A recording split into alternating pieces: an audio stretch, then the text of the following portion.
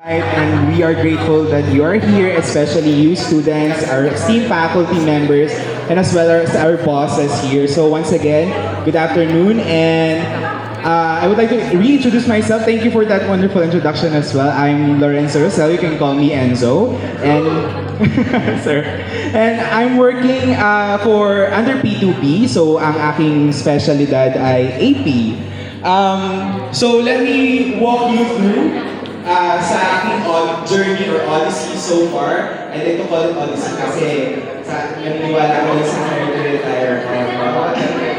So, yes, composed of the 3 bullets lang naman. So, next slide please. Ako yung wildcard ngayon kasi hindi ako alumna ng BFCAM. So, sino ba to? Parang ano. But yeah, I graduated from LU Laguna and and I took BS Management Accounting. So, you are in your penultimate year, so dapat nagpaplano na kayo, pero pwede din naman hindi pa. Pero nung undergrad ko pa, since sobrang, actually double degree ako kasi BS org din ako. In my college year, sobrang, sa org, for 4 years ako, switching, next slide please, switching four different organizations inside the school and outside the school. And meron din non-accounting organization. And actually, yung engagements ko outside and inside the school made me experience yung grassroots work sa community, sa kapwa ko students, as well as sa mga upper echelon. So, medyo nagkaroon ng experience in terms of bridging the two, levels, and medyo mahirap. And by that time, kasi nag-start ako as BS Accountancy, so alam mo naman yung hirap ng course, and ang daming course. So parang sa mga professor, parang hindi naman nag-aaral, parang gano'n. Which is true kasi sobrang demanding ng pagbabalance. And so, nung third year ako, same year as yours, nag-decide ako to shift. And not because na parang ayoko na, pero yung MA kasi parehas lang. Pero yung parang, ano yung MA? What's in store for me? Kasi usually, di ba? So, especially sa Philippines, pag sinabi mo accountancy, ay, madami yung pwedeng trabaho tax, ganyan, ganito.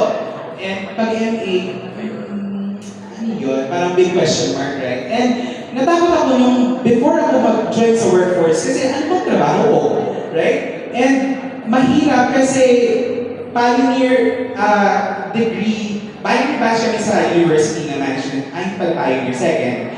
And medyo, alam mo yun, sa mga seniors namin, wala pa kami masyado nakikita. And during the internship, parang sinabi ko sa sarili ko na kailangan makapili na ako ng company na best sa options ko, and yun na yung consider ko na yung pagpatuloy ko. And luckily, I found Esser Luxottica. Sabi ko sa isang slide, kung i-describe ko yung one word yung Esser Luxottica is it refracts. So, isipin niyo yung sarili niyo kasi i-visualize yung sarili niyo, choosing your own career paths. So, it's like, you're looking in the mirror, pero sa mirror kasi, nag-reflect na siya kung ano ka ngayon. But with ESSPI, para siyang lente, literally. Kasi it refracts all of the lights in just the right angle para makita mo yung future mo with them and with the people that you're with. Okay, so, yan. Totoo yun, walang halong biway, walang etchos-etchos. Kasi yun yung experience ko from internship until today. So, nag-start ako as an intern in 2022, nandiyan pa yung batchmates ko. Pero marami kami nun, nasa 8, pero 5 kami yung schoolmates. Silang dalawa ay taga-Bulacan and students din ni Sir Julian. And yun, nung internship ko, akala ko parang, syempre, excited ko parang si Andy Sachs sa runway, so mag-meet ko si Miranda Priestley. So, mga ganun ba eh. Pero, actually, natuwa ako kasi bukod sa may kalayaan akong maging ganun, mag-BS ang kung anong gusto ko, i-express yung sarili ko. Kasi bihira yung ganun companies. Sobrang healthy din nung environment. Sabi nga nila, nabasa ko, pero number 8 din, ang or sa beehive ay hindi, ang mga bubuyog ay not predisposed to make honey. Byproduct lang yung honey ng magandang community. So kapag binigyan sila ng proper resources, ng proper queen, ng proper environment, they will thrive, they will make good honey. And ganoon yung nagluto kay ASS Pilay. So now, nag-start ako nun kasi more on invoice validation. So, AP at the tip of an iceberg, so yun yung details and all before pasok sa system, becoming entry.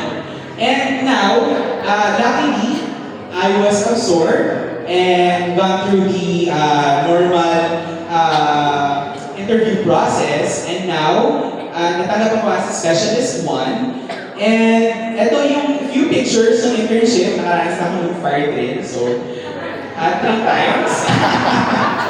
But yeah, tingnan mo naman kung gano'ng kasaya yung environment, especially sa students like me noon. Kasi hindi lang isang system yung makikita mo sa kanan, pagtingin mo sa kaliwa, meron pang dalawa at maraming function. So, ibig sabihin, kayo na nag-aaral ng theory, makikita nyo siya in practice. So, mas matitweak yung interest nyo sa mismong paano ba tayo gumalaw at para saan ba yung accounting? Ano ba ito para naman sa negosyo, para naman sa... Pero may matututunan ka rin sa aspeto. Kasi napa-apply mo siya sa iba't ibang aspeto ng buhay mo.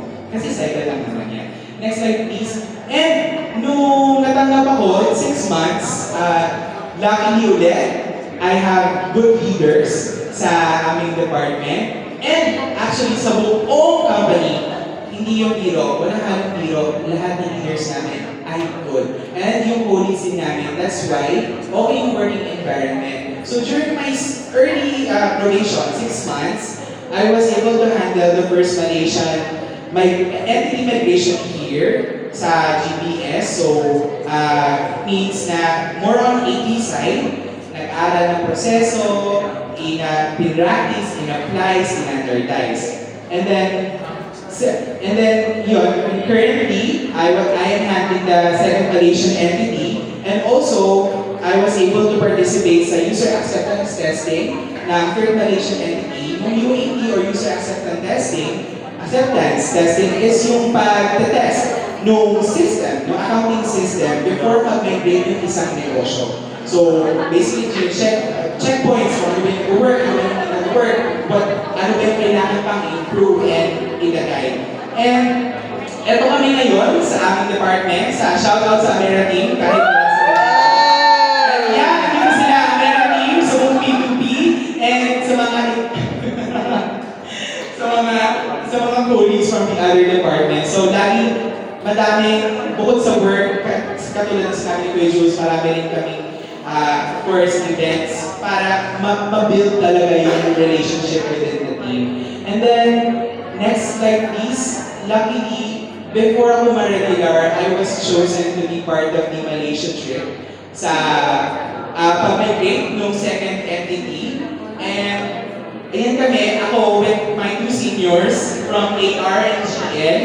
And grabe yung experience yun, especially sa akin na fresh grad. Kasi pag lumabas kayo sa mga companies, pag sinabi ng fresh grad, parang mag-feel mo na backhanded compliment eh. Pero dito, never pina-feel yun, never pina-feel sa akin yun. Kasi tama yung sinabi nila sir kanina, they care and naniniwala sila sa incubation ng early talents. Kasi sino ba ang future, right? Tayo. And of course, sa generational gaps, sasabihin ay Gen Z, ay daming ate ng Gen Z, daming ganyan, ganito.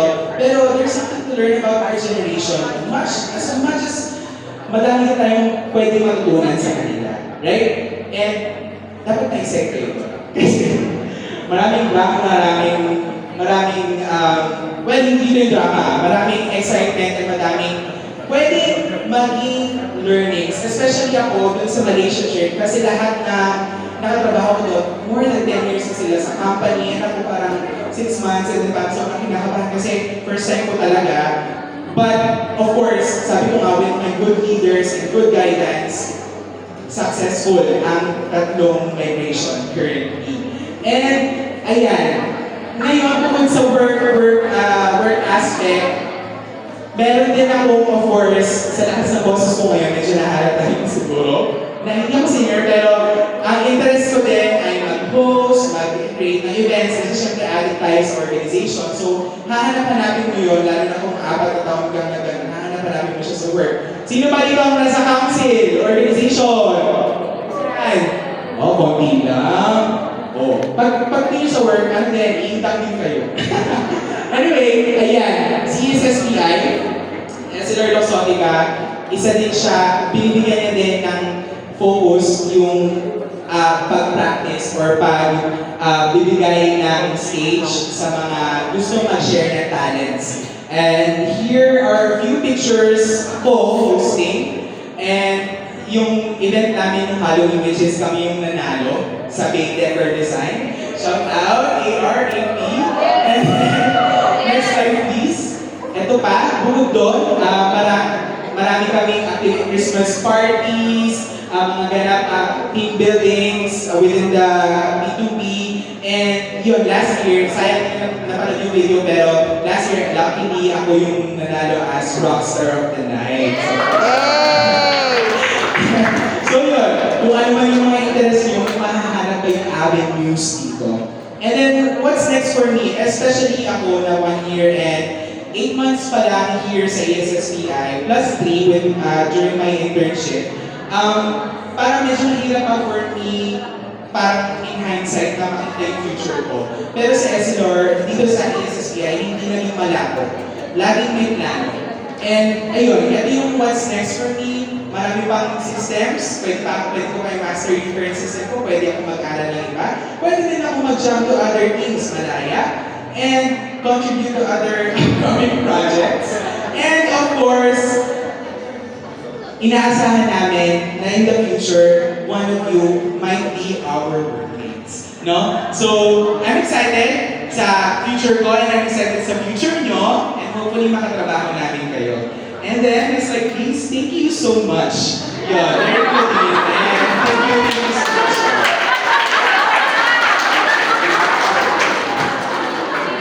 Thank you so much, Enzo. Truly, you bring a wealth of experience and wisdom, and your journey here is really an endless testament of having more opportunity in ESSPI.